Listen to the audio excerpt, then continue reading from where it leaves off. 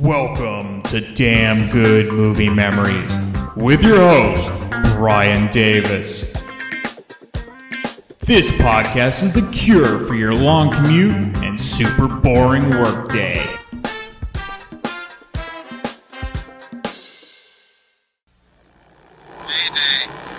Mayday. Anyone hear me? Over. This is U.S. Station 31. You read me? Found something in the ice. We need some help down here. Can anybody hear me? We found something. We found something. We found something.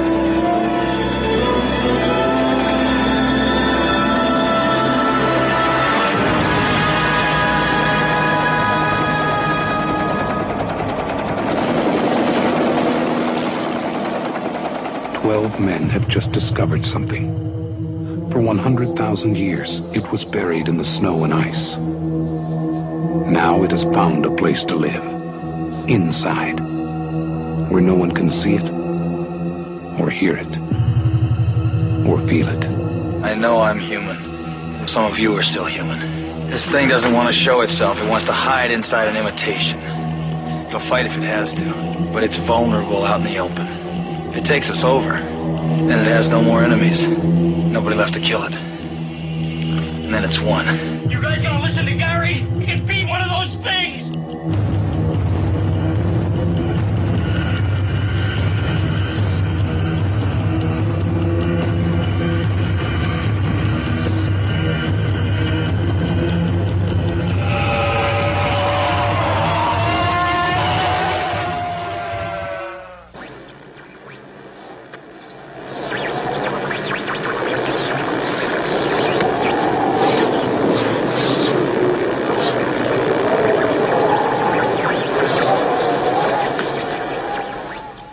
Hey there, it's Brian Davis, and for this week's episode, we're going to cover the movie The Thing from 1982. The studio was Universal Pictures. Release date was June 25th, 1982. The running time 109 minutes, and it was rated R. The budget was $15 million. The box office only took back in $20 million, making it the 42nd ranked movie of 1982. Roger Ebert at the time gave it 2.5 out of 4 stars. Here's his review. The Thing is a great barf bag movie, all right, but is it any good? I found it disappointing for 2 reasons. The superficial characterizations and the implausible behavior of the scientists on that icy outpost. Characters have never been John Carpenter's strong point. He says he likes his movies to create emotions in his audiences, and I guess he'd rather see us jump 6 inches than get involved in the personalities of his characters. The few scenes that develop characterizations are overwhelmed by the scenes in which the men are just setups for an attack by the Thing. That leads us to the second problem, plausibility. We know that the Thing likes to wait until a character is alone, and then pounce, digest, and imitate him. By the time you see Doc again, is he still Doc, or is he the Thing? Well, the obvious defense against this problem is a watertight buddy system, but time and time again, Carpenter allows his characters to wander off alone and come back with silly grins on their faces, until we've lost count of who may have been infected and who hasn't. Well, that takes the fun away. The Thing is basically then just a geek show, a gross-out movie in which teenagers can dare one another to watch the screen. There's nothing wrong with that. I like being scared, and I was scared in many scenes in The Thing. But it seems clear that Carpenter made his choice early on to concentrate on the special effects and the technology, and to allow the story and the people to become secondary. Because this material has been done before and better, especially in the original The Thing and in Alien, there's no need to see this version unless you are interested in what the Thing might look like while starting from anonymous greasy organs, extruding giant crab legs, and transmuting itself into a dog. Amazingly, I'll bet thousands, if not millions, of moviegoers are interested in seeing just that. And that's the end of Ebert's review. So Ebert's review was actually very common for most reviewers at the time of this movie. I don't believe audiences or reviewers were ready for the gore of this film, especially if they were fans of the original, which came out in the 50s. However, like many underappreciated films, The Thing was way ahead of its time, and eventually garnered a vast appreciation from movie fans years later. All right, let's get into the making of the film. As mentioned, the movie is a loose remake of the original 1951 film The Thing from Another World, which was directed by Howard Hawks, and we covered on this podcast. The original film was actually based on the 1938 sci-fi story called Who Goes There? John Carpenter's film is closer to that 1938 story rather than the 1951 film, where the creature can actually adapt to things it inhabits. Now, if you're a fan of John Carpenter and the original Halloween film from 1978, there's a great Easter egg where one of the girls is watching the 1951 version of The Thing from Another World on TV the night that Michael Myers has his massacre. Interestingly enough, this was just a happy accident, as Carpenter himself never envisioned making his version of The Thing, though he loved the original film. At the time, Carpenter was coming off 3 successful independent films in a row with Halloween, The Fog, and Escape from New York. The Thing would be his first film with a major studio, and they were courting him because he had made these small-budget films that had a huge return. Carpenter's friend and producer Stuart Cohen suggested that Carpenter direct a reimagined version of The Thing, not even realizing that Carpenter was already a huge fan of the original. Prior to Carpenter, Tobe Hooper was going to be the director. Hooper was the director of the original Texas Chainsaw Massacre. He would end up directing Poltergeist in 1982. Now, Carpenter was hesitant since he didn't believe he could make the original film better than it already was. Plus, he didn't necessarily want a remake to be his first major studio film. But Carpenter realized that this was his shot to finally make a big studio film with a nice budget and agreed. So Burt Lancaster's son Bill was a successful screenwriter that Carpenter hired to write the screenplay.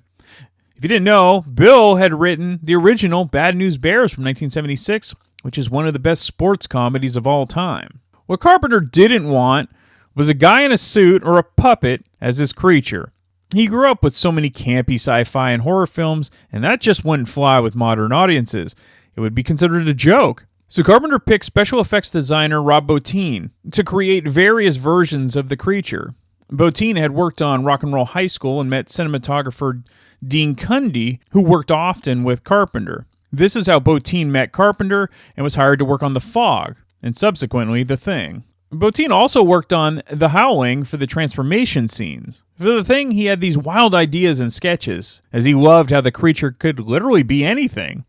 And when you watch the film, there are so many variations of the creature. It never looks the same, which is awesome. Of the $15 million budget for the film, $1.5 million of that went to Bottin's makeup special effects. That represented the most that the studio had ever spent on creature effects. The actors that were in The Thing said it was a tricky film to act in, as much of what they were acting to was in their imagination, as most of the special effects were done in post-production. Carpenter had worked with Kurt Russell twice before The Thing. The made-for-TV film Elvis, which of course is based on Elvis Presley, and Escape from New York. Carpenter and Russell were of course friends from their previous work, but Carpenter didn't initially have Russell in mind for the MacReady character. But after a few months of not finding the right actor, he asked Russell if he'd be interested. Russell gave the script an in-depth read and agreed to be in the film. Now, the other actors that were considered for MacReady included Christopher Walken, Jeff Bridges, Nick Nolte, Sam Shepard, Brian Dennehy, Chris Christopherson, Kevin Kline, Ed Harris, Fred Ward, Peter Coyote, and Tom Atkins. The filming was done in British Columbia on a glacier, and was the perfect location visually for the shooting. However, for the actors, they would often get sick from the hot and cold scenery. As many fans of Carpenter know, The Thing was not a big box office success, especially compared to his previous 3 smaller budget films. However, like a lot of films ahead of their time, The Thing has become a classic, mostly due to the incredibly innovative special effects, which still hold up incredibly well today. Now, part of the theory of why The Thing didn't necessarily find its stride from its original release is you had arguably the most successful sci-fi film of all time released the same year, and that was E.T., which took away all the attention from the other sci-fi films released in 1982. The Thing was released 2 weeks after E.T., and The Thing was not a friendly alien, to say the least, unlike E.T. Carpenter said that he learned a valuable lesson making The Thing, which he also calls his most difficult film to make with regards to the shooting locations and special effects. The valuable lesson was that young filmgoers at the time didn't want bleak outlooks in their films. They also wanted things spelled out for them. Instead of the ambiguity, which is at the crux of what the creature actually is. You don't really know where or why about the thing. Those questions aren't wrapped up in a bow in the film, which is what makes the film really for adults mainly, at least plot-wise. Younger viewers may love the special effects and the gore, but the adults love the ambiguity of the story. All right, let's get into the film. So it opens with a spaceship orbiting the Earth, and then a terrific effect of like a wolf scratching the title of the thing into the credits. We are then taken to Antarctica in the winter of 1982. A helicopter flies over the terrain, and the people inside attempt to shoot a sled dog racing in the snow. The dog isn't hit. We're then taken to the National Science Institute Station 4, where a group of American researchers are residing. We have R.J. McCready, that's Kurt Russell. He's a helicopter pilot having a drink and playing chess on a computer. He loses and shorts out the computer by pouring his drink on it. Blair, played by Wilford Brimley, is a senior biologist, and he's playing ping pong. By the way, fun fact, Adrienne Barbeau voiced the computer chess game. At the time, Barbeau was married to John Carpenter. McCready notices the helicopter circling the camp along with Chief Mechanic Childs, played by Keith David, who was in his film debut. They believe that the copter is Norwegian. The copter finally lands, and the pilots try to shoot the dog on foot. They also try to launch a grenade, which slips out of one of the Norwegians' hands and blows up their copter. The pilot opens fire and doesn't hit the dog, but instead hits the meteorologist George, played by Peter Maloney, and it hits him in the leg. The station commander Gary, played by Donald Moffat, shoots the Norwegian pilot in the head, killing him. The dog is unharmed. Since the pilot was shouting in Norwegian, nobody in the crew understood his intentions. Dr. Copper, played by Charles Hallahan, stitches up George, while the rest of the guys investigate the corpse. Oh, come on. 4 stitches, barely grazed you. What were they doing flying that low? Shooting at a dog. At us. Stir crazy. Cabin fever, who knows? U.S. number 31, calling McMurdo. Come in, over. U.S. number 31, calling McMurdo. Urgent. Come in, over. Great. Come on. Nobody! Nobody.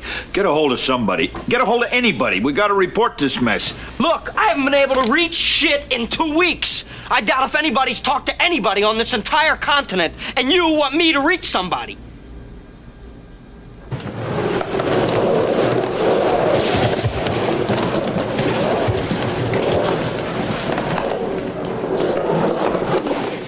Maybe we had war with Norway.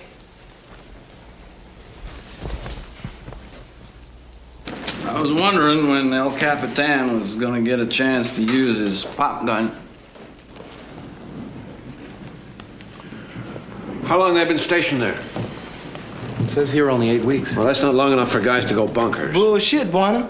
5 minutes is enough to put a man over down here. Damn straight. I mean, look at Palmer. He been the way he is since the first day. How many in their party? We started with 10. There'd be 8 others left. How do we know? Guys as crazy as that could have done a lot of damage to their own before they got to us. Nothing we can do about that. Oh, yes, there is. I want to go up. In this weather? Bennings? Winds are going to let up a tad next couple of hours. A tad? Can't condone it much myself, but it is a short haul. An hour there, an hour back. Shit, Doc, I'll give you the lift. No problem. Forget it, Palmer. Hey, thanks for thinking about it, though.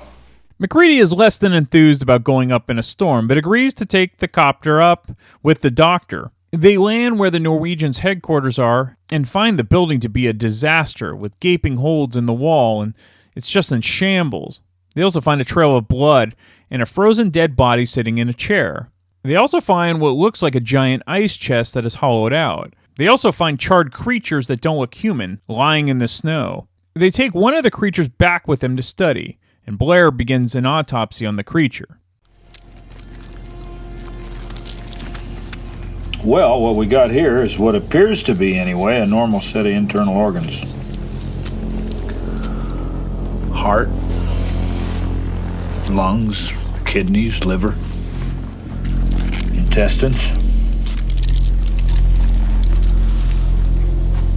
Seem to be normal. But it isn't normal in the slightest, and the creature looks like a disfigured human with two heads, like malformed conjoined twins. Clark, played by Richard Masur, who was a snow dog handler, puts the dog, who was chased earlier by the Norwegians, in a kennel with the other dogs. For whatever reason, the dog has been acting a bit strange ever since the attack. It soon becomes apparent that the other dogs feel that something is wrong with the main dog and begin to become hostile. And just then, John Carpenter's special effects come into play, as the dog transformed to a bloody-looking creature similar to the body in the autopsy. And if you ever wondered where Stranger Things borrowed heavily from, yes, it came from The Thing from 1982. And Clark returns when he hears all the dogs barking. He opens a gate and a few dogs race out, but he manages to lock the creature back in. MacReady sets off the alarm to alert the crew and demands a flamethrower. The dog is transformed into the creature with bloody ooze-covered tentacles like a spider, and this is why the Norwegians were trying to kill the dog. The guys try to shoot the creature, but it keeps mutating. It eventually escapes. The other mutation that attack one of the dogs is then torched by Childs. Blair attempts an autopsy on the latest creature, and it's like a disgusting Russian nesting doll with layers and layers of grossness. You see, what we're talking about here is an organism that imitates other life forms, and it imitates them perfectly. When this thing attacked our dogs, it tried to digest them, absorb them, and in the process shape its own cells to imitate them. This, for instance, that's not dog. It's imitation. We got to it before it had time to finish. Finish what? Finish imitating these dogs.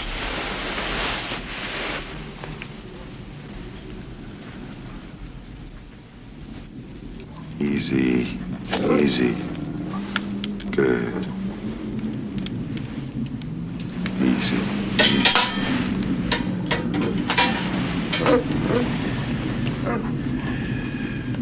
Clark? Yeah? Did you notice anything strange about the dog? Anything at all? Strange? No.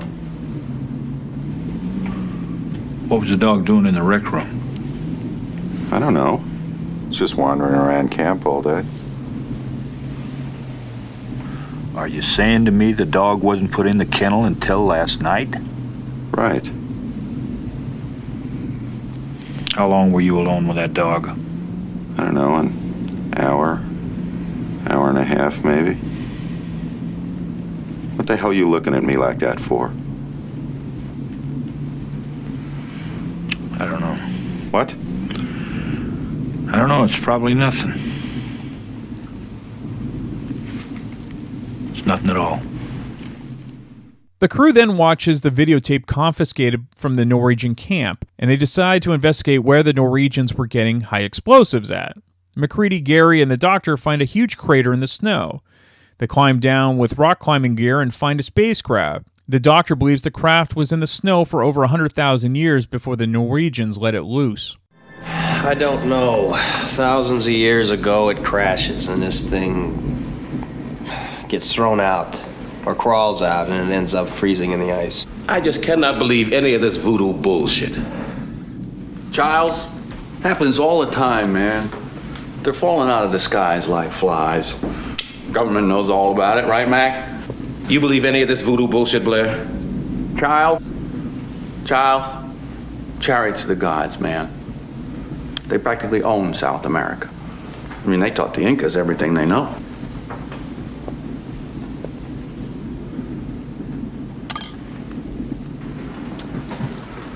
So come on now, MacReady. The Norwegians get hold of this, and they dig it up out of the ice. Yes, Gary, they dig it up, they cart it back. It gets thawed out, wakes up, probably not in the best of moods. I don't know what One of you disrespectful men been tossing his dirty drawers in the kitchen trash can. Huh? But now I want my kitchen clean, all right? Germ-free. Now how's this motherfucker wake up after thousands of years in the ice? And how can it look like a dog? I don't know how. Because it's different than us, see? Because it's from outer space. What do you want from me? Ask him.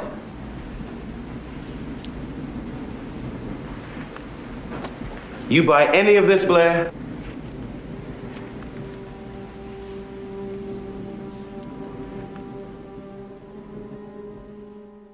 Now, Blair's silence essentially speaks volumes in this case. Instead of burning and completely destroying the original creature, they keep it intact because of scientific research.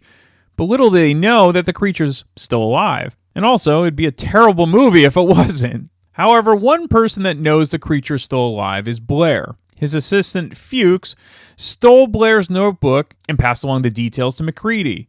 The theory being that it's possible Blair could be one of the aliens now. In the meantime, the creature has attacked George and taken over his body. Mac dumps fuel on George and sets him on fire.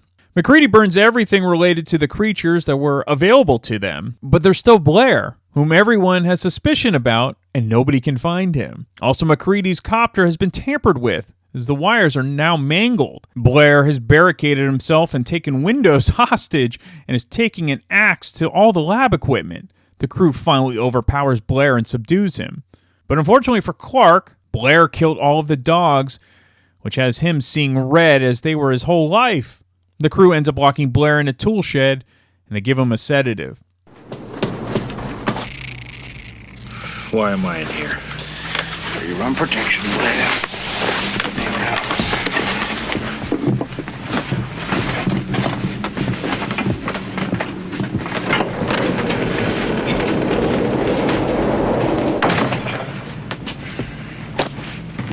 How you doing, old boy?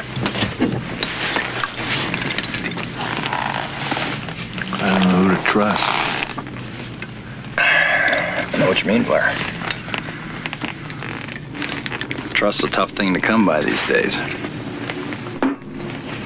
Tell you what, why don't you just trust in the Lord? Watch Clark. What? I said watch Clark. And watch him close. Do you hear me?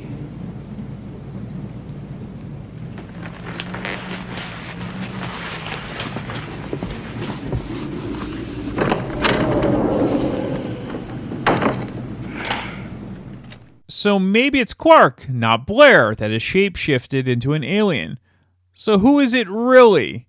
Well, you're just going to have to watch the final 45 minutes to find out, because anyone could really be the alien. You've heard it already. The special effects in this film were way ahead of its time, and even now are somewhat unrivaled since it wasn't sterile CGI of today. I mean, everything is just created with a simple mouse click. For fans of the original film, it isn't a great comparison because the Carpenter version is more of a horror film than a mystery film, which is what the original from 1951 was. I think the two stand on their own, which is the way remakes should be done in my opinion. Why just make the same film again? Alright, let's get into the fun facts. Richard Masur, who plays Clark, the dog handler, had a chance to take a part in E.T. after meeting with Steven Spielberg. However, Spielberg was still producing Poltergeist, and was still trying to cast the Elliot role for E.T., so Masur had no choice but to take the solid offer of The Thing. Of course, nobody knew that E.T. was going to be the blockbuster it turned out to be. For the role of Childs, that's Keith David, Carl Weathers, Bernie Casey, Isaac Hayes, Ernie Hudson, and Jeffrey Holder were all considered. Now, if you watch the first half of the film, you never see Keith David's left hand. And this is because he was in a bad car accident and badly broke his hand, which was incredibly swollen.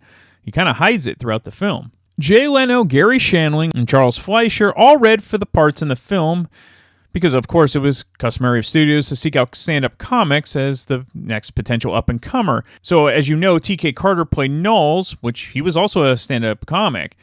If you didn't know, Carter was also in Dr. Detroit and the TV series Punky Brewster. In the scene where Dr. Copper's arms are ripped off while he's trying to save Norris, Rob Bottin put a prosthetic mask on a person who was already missing his arms from an industrial accident. Bottin said he basically lived on the lot at Universal Studios for over a year, and the experience caused him major health issues. He was eventually hospitalized for exhaustion, double pneumonia, and a bleeding ulcer, which of course is not normal for a 21-year-old. Bottin intended to play Palmer after his performance as Blake in The Fog 2 years earlier.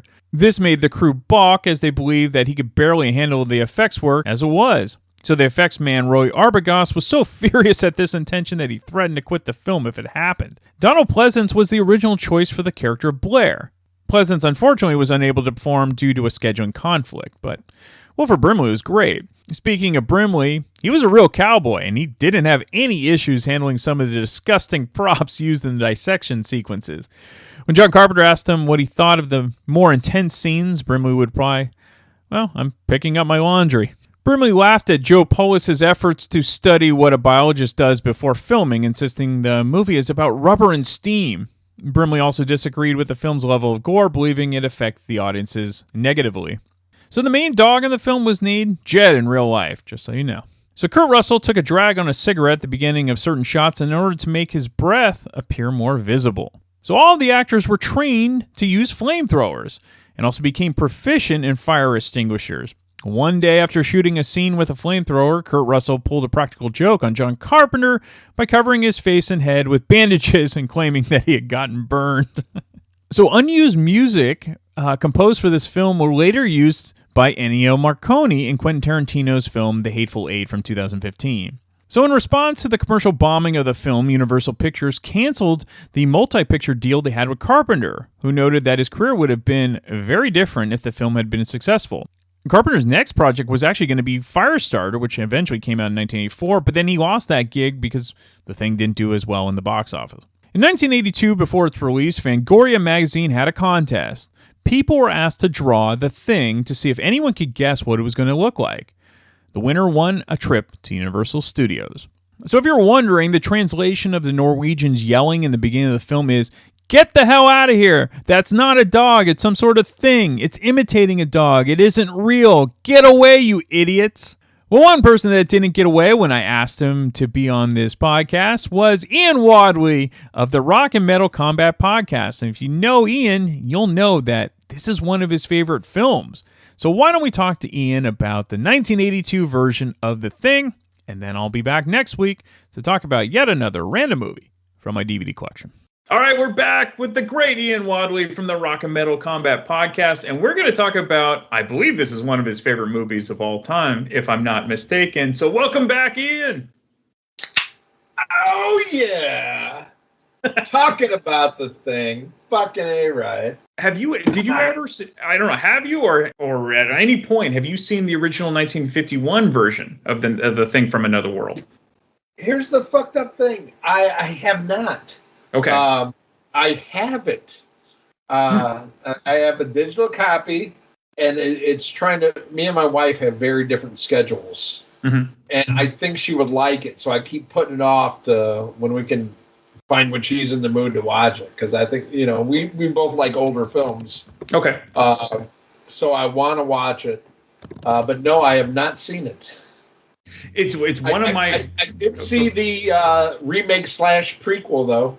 Okay, which came out afterwards. So I've always known about this film because my mom adored the 51 version, so I saw it at an early age. But I get it, and you and Ralph like to talk about timeline and everything. So my mom thought, the remake was way too gory in 82 because she grew up with the 51 version. I'm curious of when you do eventually see it to hear your take, because it is, I think, a lot more deliberate in pace. I wouldn't call it boring, but it's more suspenseful than what this turned into, and I think that's good because the 82 version is pretty much completely different than the original, which I think if you're going to do a remake, that's the way to do it. You saw this in the original theater. You must have been freaked the fuck out when you first saw this. Oh, I loved it. Yeah. I fucking loved it. And the funny thing is, I talked about this when we talked about Silver Bullet. You don't realize sometimes that it wasn't a big hit, because to me it was like fucking amazing. I saw it in the theater and I loved it, and then when it made its way to HBO, anytime it was on, I would watch it. I would go to mom and pop video stores and rent it on VHS. It was just, wow, it's a fucking thing. To me, it was always this huge deal. And then you learn later, it came out in the summer when everybody loved E.T. Right. And the funny thing is, I've only seen E.T. once. Oh, you finally did see it, because for years you hadn't. No. I saw E.T. at the theater. Oh, I thought for sure you told me you just never saw it. Okay. So you did see it. No. I saw E.T. in the theater. Okay. And the line was so long to get in because there used to be lines. It was a big event when movies came out. Like I remember waiting in line for 2 hours to get into Return of the Jedi. Right. Only a year after this. But anyway, the line was so long to get into E.T. When we finally got in, it was like maybe 10 or 15 minutes into the movie. And I thought it was just like, okay. Okay. I thought it was all right. There was like E.T. mania. Don't get me wrong. Like I had the E.T. finger toy you could buy. Oh, sure. And, like you slid it over your finger and it lit up and all this shit, and phone home and shit like that. But I was like, it's all right. It's like it wasn't the thing. Sure. The thing to me was fucking amazing. And it just gets better with age. I think as a child, when I saw it, I loved it because of the effects and everything. But, definitely now as I'm older, I appreciate just what brilliant filmmaking it is, right. What brilliant storytelling it is, what brilliant casting it is. I mean, to me, this is pretty much a perfect fucking film. Mm-hmm. And I know, Ralph and I did an episode on the Rock and Metal Combat podcast years ago, like top 10 films. Yeah. And I don't remember if this was in it, but, like looking back at it, but you're doing a top 10 list. It's like what goes in your fucking head that week or that day you plan it. Sure. And then you think back like, oh, God, why didn't I think of this? Why didn't I think of that? But this is a perfect film. It is a perfect film. And I'm blown away by the fact that it was like looked down upon when it first came out, right. Because I've always held it in such high esteem. And then by the time you have the internet and you see all this shit, like, okay, now it's in held so high. But I was like, really? It wasn't before? Yeah. Because it was to me, this has always been, to me, it's John Carpenter's crowning achievement. I mean, there's no, I don't even think it's up for debate. Okay. As much as I love the original Halloween, right, and I love fucking 90% of everything John Carpenter's ever done, nothing comes close as a filmmaker, as a complete film, as what he's done with this. You could say maybe Halloween has had more of an impact and a shape of what it's done to, no pun intended, horror movies and stuff like that. Sure. But his best film is The Thing. Always will be. And that's just that's the fact, Quickly going back to E.T., because it fascinates me. It was the first movie I saw in the theater, so I always have a special place in my heart for it. Why even now do you have no interest in kind of revisiting it? It's just like everything I remember about it and everything I see like in clips, if I see anything, it's very, very kiddie to me. I don't know, I've often thought about this, all the films that I saw at a young age that I probably shouldn't have seen. I mean, I saw this when I was 8 years old. Okay, probably shouldn't have seen this at 8 years old. Probably not. But I did. You know what? And I didn't lose my shit. Right. And I didn't fucking burn down the house. I didn't kill anybody. I didn't do all this shit. I was I will say I was desensitized to horror movies at a young age. And I was over-sexualized by some of the shit that I saw. Like I saw Porky's at the theater. There you go. Yeah. And I'll tell you what, I was trying to fucking get laid in fucking kindergarten. I ain't even kidding. Because of shit I would see. It kind of like I grew up fast and I grew up early, Sure. But I was a child of HBO, I was a child of cable, that first generation, But there was something about E.T. It was like, I love Steven Spielberg and I respect Steven Spielberg, but it's like I like, Raiders of the Lost Ark Steven Spielberg. I like, Jaws Steven Spielberg. Yep. I like Saving Private Ryan and fucking Schindler's List Steven Spielberg. I don't like E.T. or... Did you like Close Encounters? I liked it more when I was a kid than I did like watching as an adult. Okay. Like as I've watched as an adult, I'm like, really? Really? I don't know. I did. And I love Richard Dreyfuss, Yeah. But, to me, I look at E.T. as like, I put it right up there with Always by Steven Spielberg. you know, or Hook. Or you know Hook. what I mean? Oh, jeez. You know, it's that kind of Steven Spielberg. It's like, it should come with a kiddie chair. Right. You know? Well, John Carpenter brought you the real shit, you know? That's true. You know, I didn't see Halloween on its initial release, of course, because I was 4 when it came out. I saw it on a re-release at the drive-in. Okay. The first John Carpenter I saw, like, I saw The Fog at the theater. Oh, wow.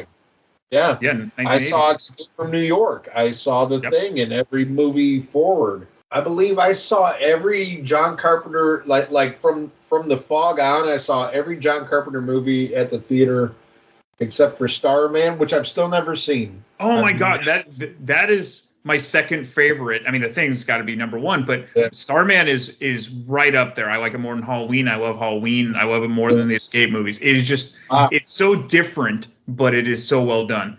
I didn't go see Starman because I thought it looked like a chick flick. Oh, and the funny, like, I was like 10 when it came out. I was already jaded. I was like, this looked like some bitch shit. This ain't no thing, you know?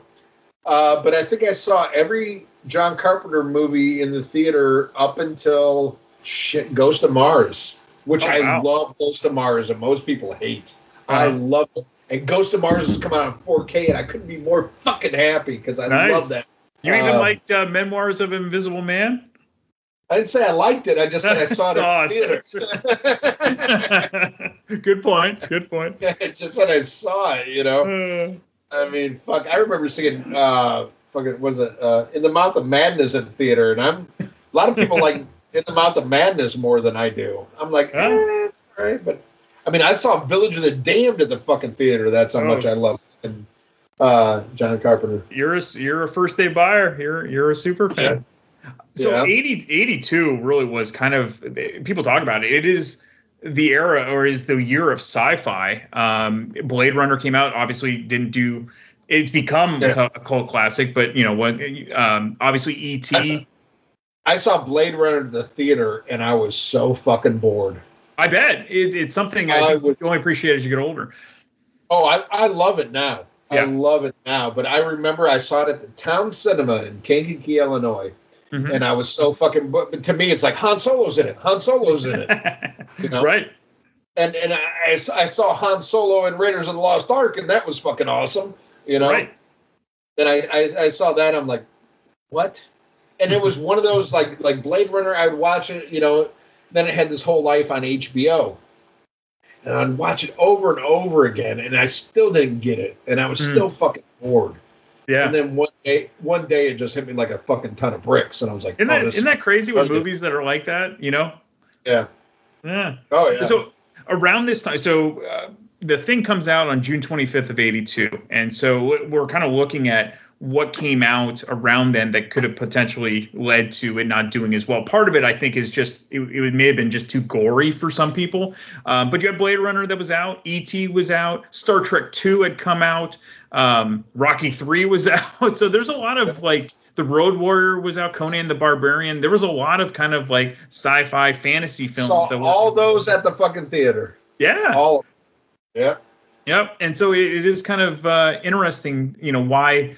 You know, because you always go back and revisionist history. Why didn't something do well? But, you know, I think maybe people were overwrought with sci-fi. Again, the obvious one is E.T. I think that took away. You had the quote unquote safe and good alien versus obviously the not safe and evil alien in The Thing. I'm just trying to put myself back there as a kid and why I wanted to go to it. And I saw a lot of these, you know, almost all these movies with my grandfather, some with my father, most with my grandfather. But I remember the name John Carpenter. I knew it then. You know, I knew Halloween. I knew The Fog. I knew Escape from New York. I saw at the theater. Right. So I was like, oh, this guy, when I see the commercial and they say John Carpenter, I'm like, oh, I'm going. I loved all those movies, but I remember it like the town I grew up in, we had 3 movie theaters. Mm-hmm. We had the Paramount, this was a movie house from the 30s, had a huge fucking screen. This was the place, like the Paramount is where you wanted to see a movie. Right. Across the street from that, you had the town cinema, which was the dirtiest, nastiest. Like if it was a Charles Bronson movie or something like this, or a B movie, it played at the town cinema, and your feet stuck to the fucking floor. Yep. It was nasty, and all of like the B movies and the genre movies would go there. And then you had Metaview, which was like the 80s come to life, because there was 3 movie, places there. It was that age. Let's make the screen a little bit smaller, but we got 3 of them, but we're going to take all your fucking money. Yep. Kind of thing.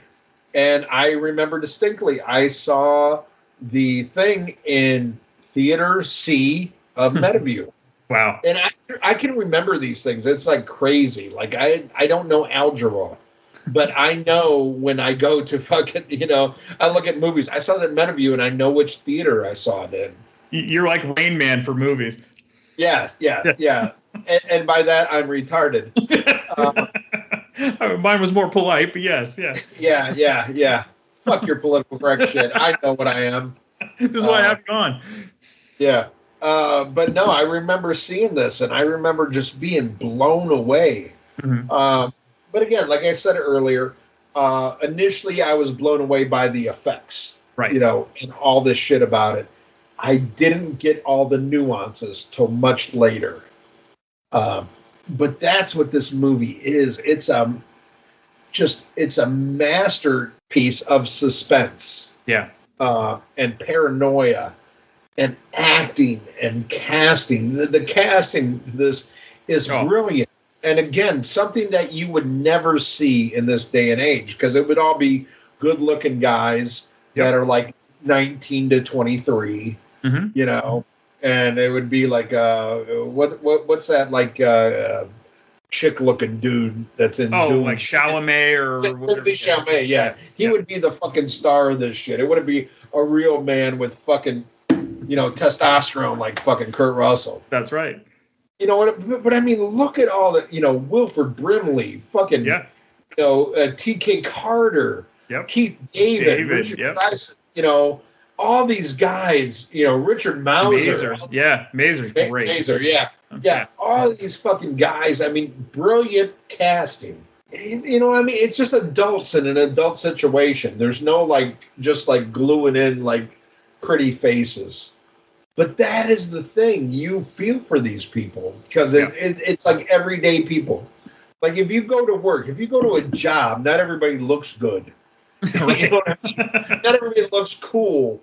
Yeah. But you're a group of people there to do a job. And that's how this thing is. This is just a group of people in Antarctica, and then this shit happens. And the practical effects, I mean, Rob Bottin, holy shit. I mean, I know he had a nervous breakdown doing this. It's worth it. I could give a fuck about his mental state as long as he produced what he did here. He could have been in the fucking nut house the rest of his life, and I'd be like, it's worth it. Did the thing. Well, you've said it. This film is still amazing with the special effects. How does it compare with other sci-fi horror films with regards to the effects and terror for you? And do you actually buy into the theory that it was too gory for the time to be successful at the theater? No, I don't buy in that at all. Okay. I mean, just as, and maybe I'm the wrong person to ask because I was a kid, right. So it's like I ate it up. I thought it was great. I just thought it was inventive. I mean, and at the same time, I'm seeing all kinds of slashers and stuff. I'm seeing fucking My Bloody Valentine and right. And fucking Halloween 2 and all this shit, and stuff where there's machetes in the heads. I just thought this was I hate the term elevated horror, but it was kind of like that. I mean, there was a purpose behind this. This was just this is the situation they were in. Yeah. I don't think it was too gory at all. I think it was perfect, and I think it was so cinematic in a lost era of Hollywood where they would spend the money and the time on these effects. Yeah. And for those of you who don't know, there was the prequel / remake, whatever, that came out. And they did that movie with practical effects. Mm-hmm. And then at the studio's behest, it was changed at the 0 hour before it came out. and it was replaced with all the CGI. Yeah. And what sucks is I think there was a good movie in that. I love the way that movie leads up to right before this movie starts. Yeah. Which is pretty fucking cool. I mean, granted, the cast and the actors weren't as great. There was something there to work with, but the CGI is what takes me all out of that movie. You know, It's like, oh, it's not the story, it's not the actors, it's not the direction, it's the CGI. It's the look. And you're so right. I'm glad you brought this up. I talk about this all the time. Everything looks so sterile with CGI because it's all coming from the same program. It's not as inventive as you had to be back in the day. You had to be very creative when you did your stunts and your effects. And every stuntman and every special effects guy had their own take on something. It's like a musician, you know, like you can have the same instruments, but you put your own spin on it. And I don't care if certain special effects don't hold up compared to now, but I still enjoy the ones back in the day more because you knew they had to be creative when they did it. Oh, yeah. When you had, you know, Tom Savini and Dick Smith and Rob Bottin, you know, and like all these like genius people who put in all this time and effort, and it still stands up, and you look at it, it looks so much more believable. And that's a thing about the thing that I think, you know, some people are like, oh, it's too gross. No, that is the effect you want to elicit right there. That is what you want. You want this horrific thing that you have never seen before, that just like to a common man would drive them insane. Yeah. And it does it in spades. But it's not just that. It's the acting. Yep. It's the story. It's the music. Oh. You know, and what's odd about this, too, you know, is, you know, one of the greatest thing about, you know, John Carpenter movies is his score. 100%. And that synth that he delivers. I mean, I've got John Carpenter. I've got all his soundtracks, and they're on my phone at all times. Yeah. And I got my shit like on, you know, random shit. So it can go from Slayer to like something from Halloween 3. You know, I love it. That's the way I live my life. Yeah.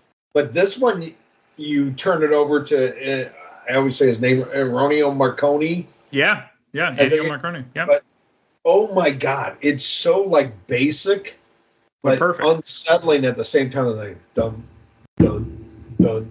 Yeah. Done, you know, but you feel the tension, you know, like the same paranoia that all these characters are going through. You feel that in the music and the way it comes across, and the cinematography. Dean Cundey, one of the great cinematographers of all time. Yep. I mean, look at all the shit that Dean Cundey's done.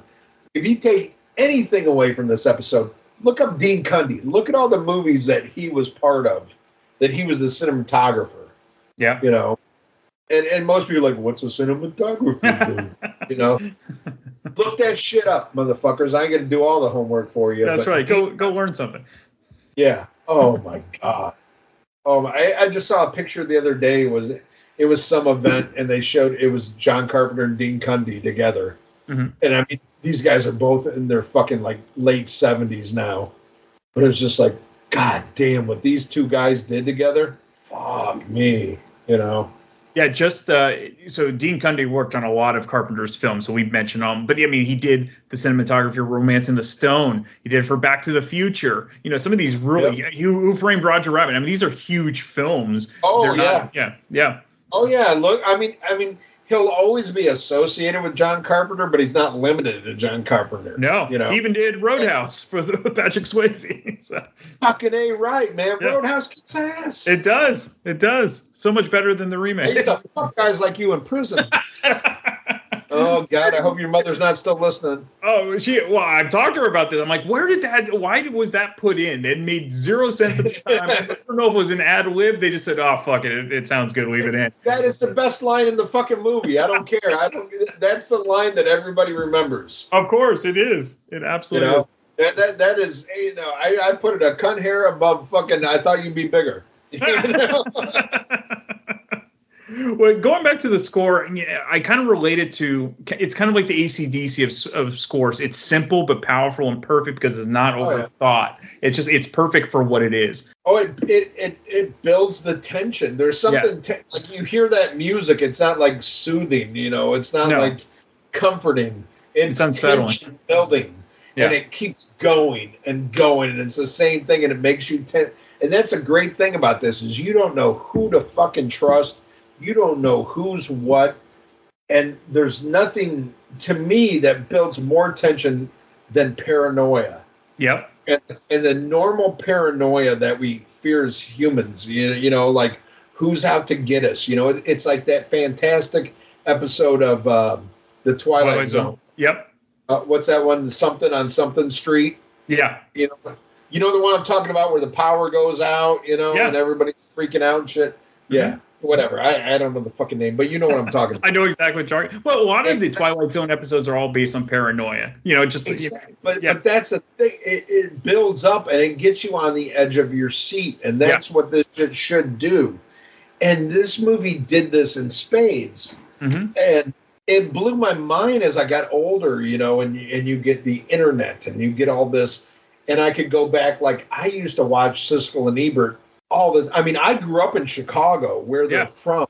I went from when these two fucks were on PBS, and then they were on, like, regular TV and syndication, all this shit. I've watched them since I was a little child.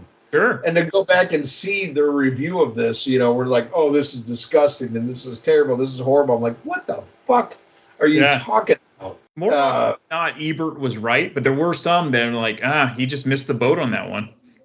Yeah, I don't know. I go back and I don't know. Sometimes I feel like I was more a Siskel, but Siskel had a board up his ass too. But I still love. I still like. I love I'll go on YouTube, man. I'll watch hours of Siskel. Oh, they're great. Yeah. And it's great. And I don't have to agree with them, but I just love their passion. That's right. And sometimes I'm like they're right on the money, and other times like they don't know what the fuck they're talking about, especially about horror and genre films. Mm-hmm. Everybody can talk about fucking Amadeus, right? Milos Forman, but they don't get shit like this, right? And I got it from an early age, and it left an impact. And I mean, this is one, like, I love this movie so much. I bought when Scream Factory put it out on Blu-ray, and it was like, man, it's like a fucking 3-disc set. Oh yeah. But like 2 discs are all the special editions. Yeah.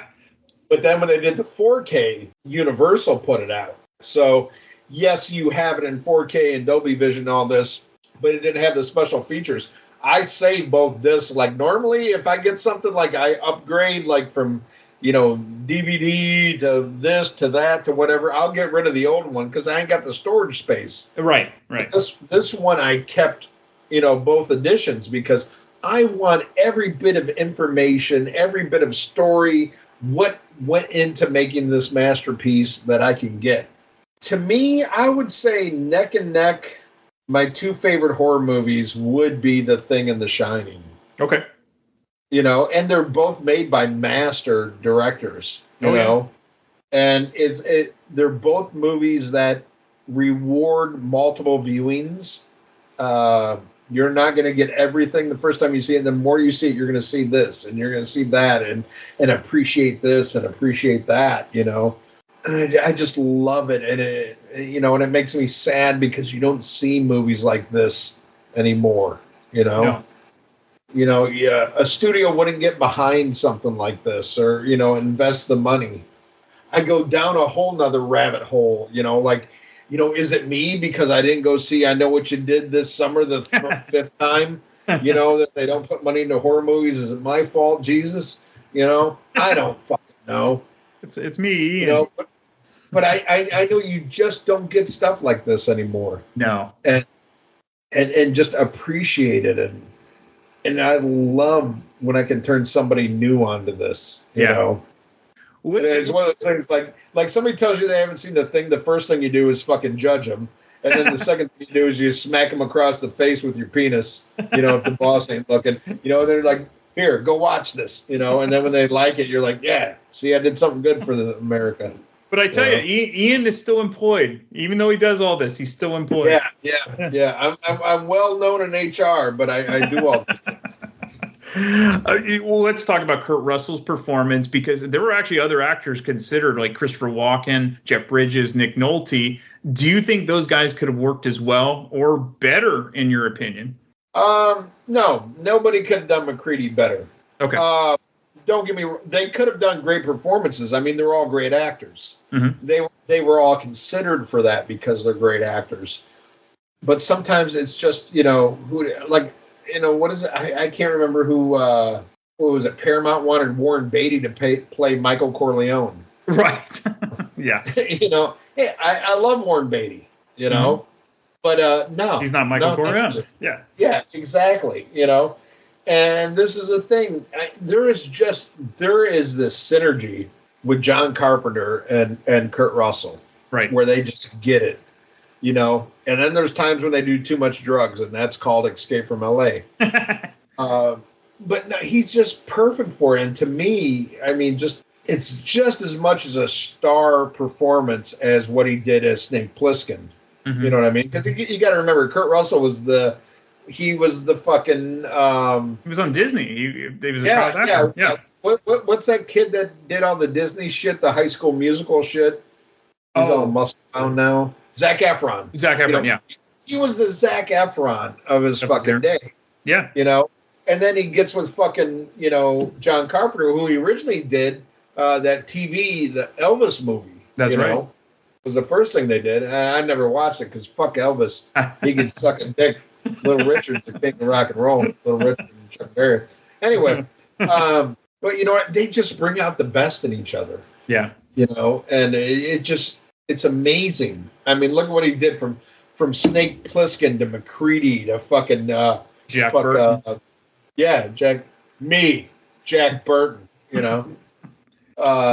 I think people forget, like, his first role, quote unquote, adult role was Used Cars, which is an amazing comedy that, if you haven't seen that, check it out. Oh, and that's when my dad turned me on to.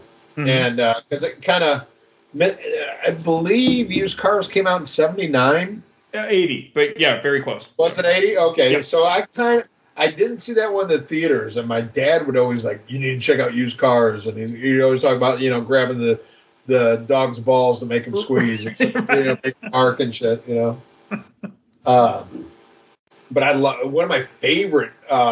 Some people don't talk a lot about Kurt Russell is a movie he made with him and Robin Williams called The Best of Times. Oh yeah, they get the team back together because Robin Williams dropped the winning touchdown. I love that movie. I love Best of I need to get the Kino Lorber of that. I've been sleeping on that. I need to get that. They're on sale right now. You got to get it. Yeah, I know. But that's a great thing about Kino Lorber. They have that sale every 3 months. It's true.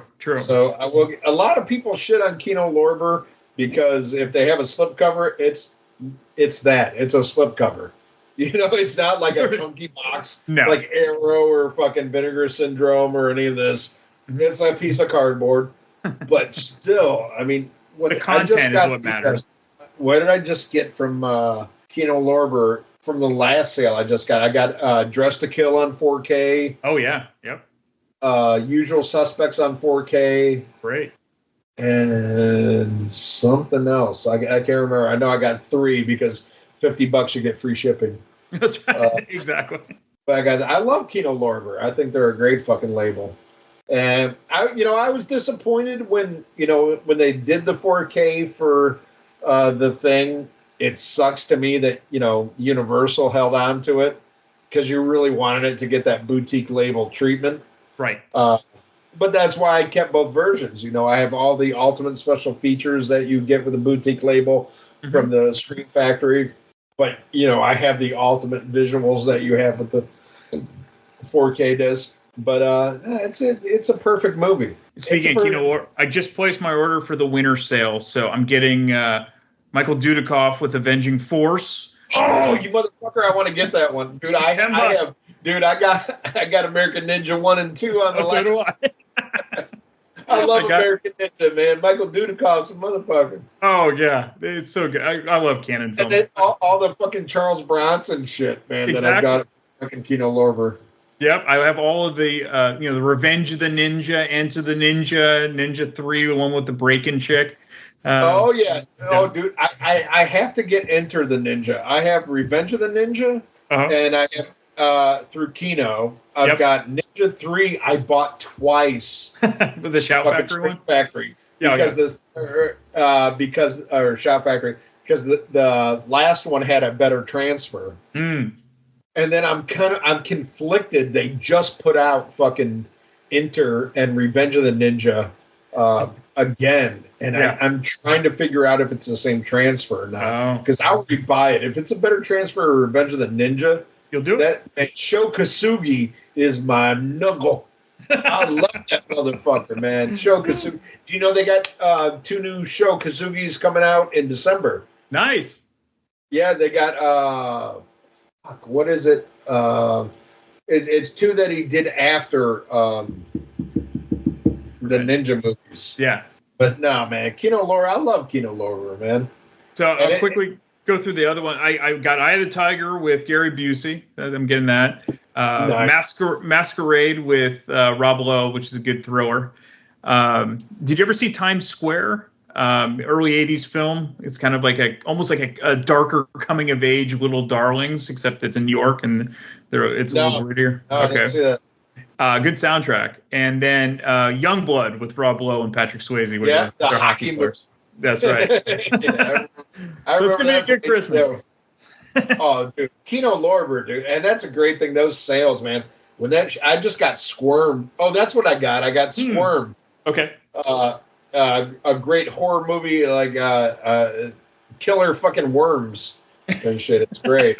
That's like what, ants and frogs. They kind of went through. Oh yeah, they got all that shit, dude. And I love that that these movies that I grew up with, that I love are being shown respect, giving quality transfers. So you can see them in the best possible picture, best possible audio and shit. I mean, that's the thing I really hope is like younger generations check this shit out, man. Yeah. That's awesome. Absolutely. All right. So we'll kind of go back to the movie a little bit. Obviously, you kind of like the ambiguity of the story because this entire film is open to interpretation, which I think and you think is the brilliant part about it. Some might only watch for the gore, but I watch for that part because it really could go either way. What is your take on some of the open-ended parts of the story? That's a tough one. I love that you don't know. Mm-hmm. And as much as I don't want to know, as I do want to know, is it Childs? Is it McGee? As much as I want to know, I think my dick gets a little bit harder not knowing. Yeah. And you've seen this thing people, it's got, if you see this in their eyes, they're that, or there's all these different fucking theories and stuff. And to me, the beauty of it is you don't know. Yeah. And that's what keeps up with, the whole theme of the film from the get-go is the not knowing and the paranoia. And as much as I would love a sequel, if they get, like Keith David and fucking John Carpenter and fucking, Kurt Russell. Yep. I would love a fucking sequel. It would kind of ruin it. It would. Because I don't want to know. I want that ending where you just hear that music kick in again and you don't fucking know. Yeah. And I love the interesting theories, like the one where they say, McCready gives Childs, it's gasoline. And that's why he smiles at the end, because he's like, oh, he knows he's the thing. That great theory. Very interesting. Adds a whole new element to it. But what's even more is what you don't know. Just keeps you that to me, that keeps it fresh every time I watch it because I don't fucking know. You can guess till the fucking cows come home, but you don't fucking know. That's right. And some of the knock on writers is, that's the easy way out to make it ambiguous. I disagree. It actually, I think it's for the thoughtful viewer, it's better. Oh, yeah. No.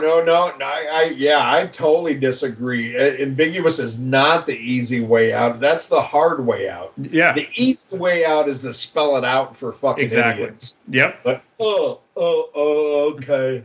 I went pee. I didn't see that pop. It's like, no, I like that. It makes you think. Anything that makes you think is good. Yeah. Anything that keeps you guessing that, as a movie maker, I mean, what would be better is something that makes the audience leave and keep thinking about it, not knowing like, okay, that's it, bye, on to the next one. Okay, I'm going to go see Smokey and the Bandit 4 next week. Which Ralph was not in. He was only in the third one. Yeah, so, he was only in the third. The other was direct to TNT. Right. Or USA. But you know what I mean? And that is the genius. Every time you could take something away every time you see it. You could decide, like, you know what, after watching it this time, I think it's that. Yeah. And you could watch it a month later, like, no, I think it's him. You know? That is the beauty of it. The beauty of filmmaking. The beauty of storytelling. It's just amazing. Agreed. I mean, that's why you've seen the movie Sideways with Paul Giamatti? Nope, never seen it. Oh, okay. I'm not going to give it away then, but the ending is ambiguous, but I think it's really funny. It's a really funny movie, but the ending, you just don't know. And I heard it's good. I need to check it out. I did just get on the Criterion sale. Mm-hmm. What did I just get on the Criterion sale? Oh, I got Videodrome on 4K. Okay. And I got Happiness on 4K. Oh, that is a dark, fucked up movie, but it's so great. Spoiler alert, he fucks kids. Yes, exactly. I love, and that's one I'm so like, yeah, I can watch that by myself. The wife don't need to watch that one. Oh, man. I love Happiness, though. I thought it was a great movie. It is. I mean, I think for most it's disturbing and it's dark, but it's a great movie. It's beyond disturbing. It's probably a one and done for most people, but I think for people that can't handle that, go check out like Welcome to the Dollhouse, even though that's not really uplifting either. But Oh yeah, no, I love Welcome to the Dollhouse. Yeah, very disturbing, but to me, it's like, wow. Yeah, somebody's got the balls to tell this shit, and for people who live in the real world, shit like that. And you're like, yeah, it ain't pretty, but it's real. You know?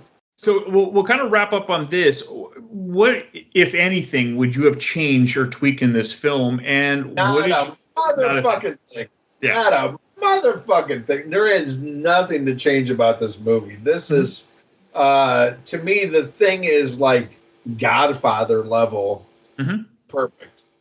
It really is. I mean, there's the music, the acting, the story. There is, the open-ended ending. You know what I mean? It's like, it's everything that makes me love movies is in this.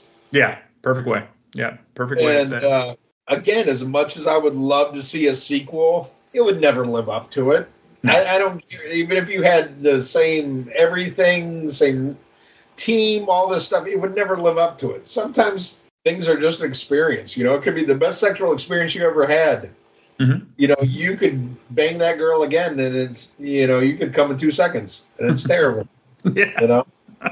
Well, and if they remade it today, the CGI would ruin it. Whatever, even if you had the same exact cast. Yeah, because Hollywood would not believe in it enough to put the money behind it that would be necessary. That's right. To do those effects, and it wouldn't have the same impact.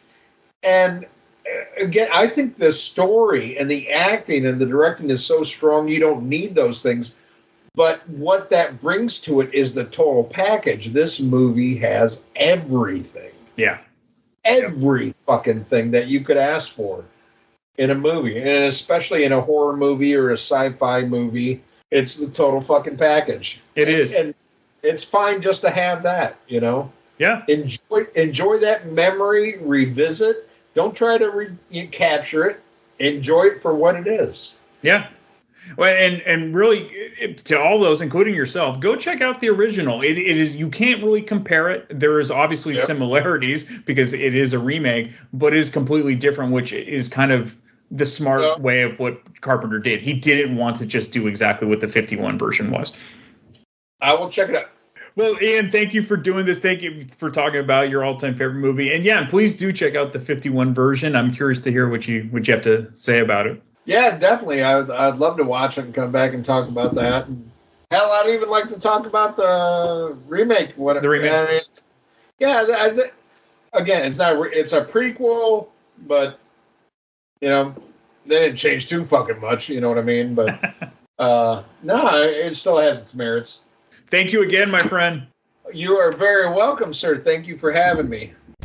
If you enjoyed this podcast and are an iTunes user, please do the show a favor and head on over to the official iTunes page for Damn Good Movie Memories. Be sure to leave a rating and a review.